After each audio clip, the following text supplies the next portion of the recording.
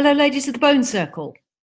So I posted a little thing about the hero's journey, and I'd like to also now go through the heroine's journey. Both of these were skipped over in the introduction. They were there if you look at the introduction slide or the introduction recording, but we were running out of time, so I went over them very quickly. We're going to look at them both in much more depth in session 10, but let's have a look at the heroine's journey this time. We need to look at both because we have both the masculine and feminine within us. So the first thing is that the hero's journey came first, and that was the work of Joseph Campbell. So have a look at that one first. And then a lady called Maureen Murdock sort of wanted to said to Joseph Campbell, she talked to him and she said, well, how do women fit into this? What about the women's hero's journey? And Joseph Campbell said, oh, no, the hero's journey is not for women, it's for men. And he said that women are the boon. And the boon is the treasure, the gold that you get at the end. So she said, well, that doesn't really work now for modern woman. You know, modern woman doesn't just want to sit there like Penelope in the story of Odysseus, waiting for her husband to come back. She doesn't want to just be the thing that the men go on the hero's journey for, because that's originally in the mythology. The man goes off to prove himself in order to get the woman. So she said, no, that doesn't work for modern woman. So she ended up researching all of this and she created the heroine's journey. And I think the book was written in the 80s, so quite old now, but very relevant, and it's on your reading list. So I really, really recommend that you read it because obviously she's going to go into a lot more depth. Also, if you want to talk in more depth about this, Eleftheria is absolutely brilliant with this. She actually told me about the hero's journey, and so you can always talk to her about it as well. So here is the line, the dotted line is actually this time going diagonally across, and you can see it's like a pink line that's going diagonally across the circle again, where it's a circle, which is really a spiral. And so the known is to the right of that line, and the unknown is to the left of that line. So the known, or the external, in this case, in the case of the heroine's journey, it's the external. It's kind of what we've all grown up with as modern woman. And there's a whole journey here, and I'll go into it more in session 10, but just so that you can see where it is, because I think, again, this is going to be very relevant for a lot of you, because obviously we're a circle of women.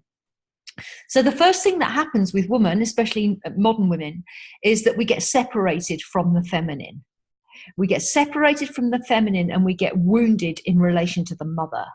And it's not just our mother, but Mother Earth and Mother Nature and the feminine nature.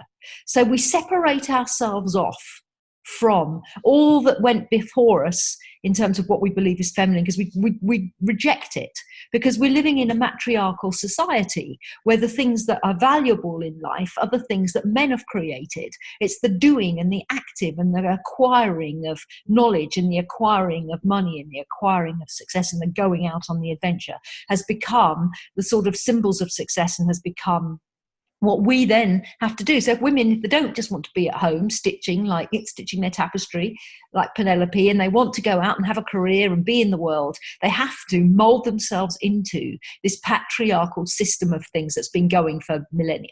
So the first thing they have to do in order to survive in the modern world is to separate themselves out from the feminine. And they begin to identify with the masculine. They begin to identify with the masculine. So they start to take on that hero's journey. They start to gather allies, and their allies might be people that can support them. It might be trainings that they do. It might be qualifications because they need to bolster themselves. And they go out there to make a success of themselves. And they start to hit the road of trials. And the road of trials is all the dragons and demons that they're facing. But then this time, the dragons and demons on this journey are mostly external as well as internal, but they're mostly external. They're things like not getting the promotion. They're things like having to be a woman in a man's world. They're things like having to work and look after a family. They're things like having to be strong and trying to still maintain their femininity. So there's a lot of societal dragons and demons which will make life challenging for them. And they overcome all of that. They go on their adventure, and they go on their hero's journey, and they're in this man's world, and they become successful. Women are hugely successful in the world nowadays. We have women prime ministers, we have women CEOs, we have women doing all kinds of things. So they find the boon of success. They find that success, and they get that success. They get the qualification, they get their doctorate, they get their business up and running. Whatever it is that they're going for, even if that's domestic type stuff, they get the boon of success. But what happens is they've kind of spent, they've expended all of their energy going into this masculine hero's journey, into this masculine world to gain this success. And what happens is they begin to awaken to feelings of spiritual aridity. So they just feel dried up inside. They feel like there's no juice left. They feel empty, hollow. They feel like they've got all this success, and where's it leading them? It doesn't feel nourishing to them. I really relate to this when I was in England before divorcing my husband. I'd got all of that success. I'd been on the road to trials. I'd gone on the hero's journey. I'd trained as a therapist. I'd worked my way up to Harley Street, and I'd worked really hard and looked after 2 children and a big house and a husband. And I had all of that outward success. I had the big house and the big car and the 2 kids at the good school and the fantastic holidays in villas and all the rest of it. But inside, I just felt there was so much missing. I felt just disconnected and disoriented and sad and burned out as well. And this can be part of it, that we just burn out because we've tried to do it all. We tried to be superwoman, and we burn out. And at that point, something happens. And at that point, what happens is we go internally, we go inward, and we start to desperately search for our true selves, because we've lost track of who we are. We've gone out there in the world to become successful, and it feels hollow. It's that Pyrrhic victory. So we start to feel like we don't want to get out of bed, and we don't want to go to work today, and we don't want to do it. And we start to feel emotional about things because we may have suppressed that emotion for a long time.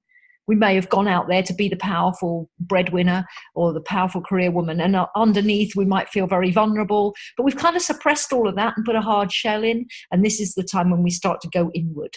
And this time, the unknown mystery is the internal world. It's the internal world where we're going down into the underworld. And the underworld is that iceberg. The underworld is the unconscious. The subconscious, the unconscious. It's the things that we're not aware of, the things that we've pushed away, the things that are in the shadow, as we'd say. So we go into an initiation and descent to the goddess energy, which is within, and it's dark and dirty and messy, because we have an urgent yearning to reconnect with the feminine, because we are feminine and we carry the divine feminine in our bodies. We carry a womb, and we carry everything that is the feminine is within us. We are shaped and molded and created as feminine. Although then we have to have feminine and masculine balance, and so do men. We are the primary carrier of the feminine energy, and we're disconnecting from it. And that's why we feel so disoriented in life and unsatisfied. So this is a whole journey within our own psyche. It's a journey within ourself, within our own psyche, to work out who we are and what sacrifices we've made that weren't right, in order for us to connect with our true nature, in order for us to heal this split between the mother and the daughter. And the split between the mother and the daughter is the rejecting of all things feminine, the rejecting of being sexy, the rejecting of doing sewing or creating things or cooking, or all of these things that we've rejected to be out there in the outside world successful, earning money with the boon. And we have an urgent yearning to reconnect with it and to heal this mother-daughter split, to re-embrace the feminine that we carry deep within us. And once we've healed, and it's a journey inside, it's a psychic journey, it's a journey within the psyche. It's a journey within our own shadow, within our own thoughts and feelings, within our own head, within our own unconscious mind. It's times like this that we want to shut the world out. We want to be on our own. We want to be in nature. We don't want to have anybody around us because we're going inward. And then once we've healed the masculine and we healed the mother-daughter split, and we've reconnected with that, we then need to balance and heal the wounded masculine, because the masculine is also wounded. in relation to the way the patriarchal system works. So the masculine has also been wounded, and it's become overbearing and over pushy and over punishing. And there's a story in Women Who Run with the Wolves about this, and it's about the river. And it's sort of about 2/3 of the way through the book. I can't remember exactly what it's called. It's an Italian word, but where the animus becomes overbearing, the masculine part of ourselves has taken over. So we need to heal that masculine part so that that masculine can hold the space, which is what it's supposed to do. It's supposed to hold the space for us and protect us. And there's some beautiful Cherokee sayings that I'm going to include when we do the whole thing. So we have to integrate the masculine and the feminine in much more balance, and then we can come back in. But we come back in at a higher space, and inevitably, because of the society we live in, we separate again from the feminine, and we have to go back on that journey. So this is an internal journey within the psyche to heal what we've broken away from and rejected in childhood and in teenagehood and in early womanhood, in order to re-embrace our own femininity and get it back into the balance so that we're whole and complete and nourished. So that's a potted version of the Heroine's Journey. I'm going to talk more about it in session 10, but just so that you know, this is also part of the bone circle. You're going to be going through your heroine's journey because you're starting to realize that what you've been doing, some of you, has burnt you out and left you feeling very dry and unnourished. And as you go into your land of plenty, there's going to be things that your greatness will show you, things that are going to be much more connecting you with the feminine and with those things that nourish you. And you're also going to have to go within and do some soul searching and look at your shadow and look at what's going on, which is not easy. It's a challenging journey, and it can be a painful journey, but the results are huge, as they always are with self-examination. So I'm going to leave you with that. Thank you for listening, and looking forward to seeing you on Sunday, those who can make it, and those who can't make it, I'll see you when I see you. But enjoy the video and enjoy seeing where you are on the heroine's journey and seeing where you are on the hero's journey, and I'll talk to you soon. Have a beautiful day. Lots of love. Bye for now.